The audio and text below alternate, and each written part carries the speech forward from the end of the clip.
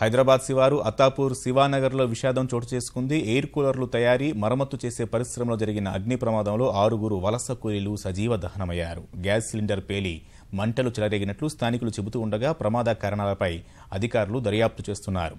మృతుల కుటుంబాలను అన్ని విధాలా ఆదుకుంటామని అధికారులు, నాయకులు తెలిపారు. అత్తాపూర్ శివానగర్లో కూలర్ల తయారీ పరిశ్రమలో జరిగిన అగ్ని ప్రమాదం పొట్టకూటి కోసం వేర్వేరు రాష్ట్రాల నుంచి హైదరాబాద్ వచ్చిన వలస జీవులను బలి తీసుకుంది. రాత్రివేళ కార్మికులు లోపల తాళాలు వేసుకుని పనిచేస్తుండగా అకస్మాత్తుగా చెలరేగిన మంటలు ప్లాస్టిక్, గడ్డి అంటుకొని ఒక్కసారిగా వ్యాపించాయి. తాళాలు వేయడం వల్ల వెంటనే బయటకు రాలేకపోయిన కార్మికులు యజమానికి ఫోన్లో సమాచారం ఇచ్చారు.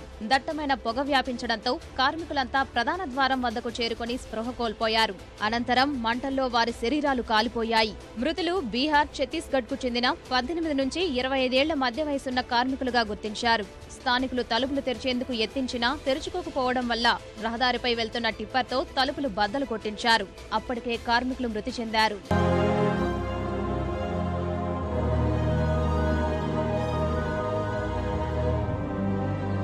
6 అగ్నిమాపక శకటాలు సంఘటనా స్థలానికి చేరుకుని మంటల్ని అదుపు చేశాయి.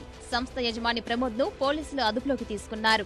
మృతుల కుటుంబాలను ఆదుకుంటామని ఘటనా స్థలాన్ని సందర్శించిన తెలంగాణ మండలి చైర్మన్ స్వామిగౌడ్, స్థానిక MLA Prakash Goud, GHMC deputy mayor, GHMC commissioner తెలిపారు.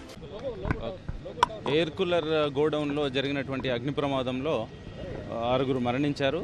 మరణించినటువంటి కుటుంబాలకు లేబర్ డిపార్ట్మెంట్ నుంచి ఇమ్మీడియట్ ఫ్యూనరల్ ఎక్స్పెన్సెస్, అట్లాగే కంపెన్సేషన్ యాక్ట్ కింద 5 లక్షల రూపాయలు కూడా ఓనర్ నుంచి వారికి ఇప్పిస్తాం. అండ్ వారికి రావాల్సినటువంటి ఆపద్బంధు పథకం మీద ఆర్థిక సహాయం ఆ కుటుంబాలకు చేస్తాం. అండ్ కుటుంబాలను అన్ని విధాలు అనుకోవడానికి ప్రయత్నం చేస్తాం ప్రభుత్వం తరఫున. ఇది కూలగొట్టి కొత్త బిల్డింగ్ కట్టుకోవడానికి పర్మిషన్ తీసుకున్నారు.